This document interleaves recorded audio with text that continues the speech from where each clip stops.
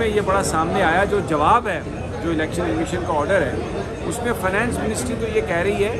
کہ ہمارے پاس general elections کے لیے اور الیکشنز کے لیے پیسے ہی نہیں ہیں، اور پھر اس کا مطلب ہے کہ وہ اگر اکتوبر میں بھی یہ کہہ دیں تو اس کا مطلب ہے کہ یہ اٹ کین گو آن گو آن گو آن۔ شمیم صاحب جو کل کروڑوں روپے کی انویسٹمنٹ ہوئی تھی نا ٹرانسمیشن نے کرائی گئی تھی، یہ 4 دن کا فیصلہ ہے جو آج سارا معاملہ ختم ہو گیا۔ ہمیں تو آپ کو پتہ ہے کروڑوں روپے کی انویسٹمنٹ نہیں آتی، تھوڑے سے میں ایڈ ہی ملتے ہیں تو وہ ایڈ بھی ہمیں اس انویسٹمنٹ میں نہیں اس میں سے لیکن میں آپ کو ایک بات بتاؤں، اس میں تو کوئی شک نہیں کہ آج جو ان کی کوشش تھی وہ ناکام ہو گئی، لیکن جو خبریں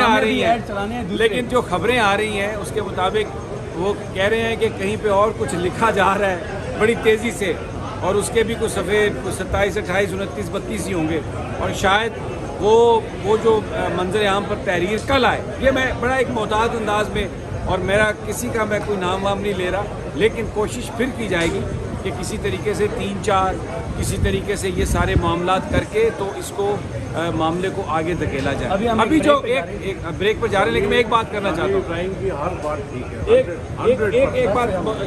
ایک بات میں کرنا چاہتا ہوں، وہ صرف یہ ہے کہ آج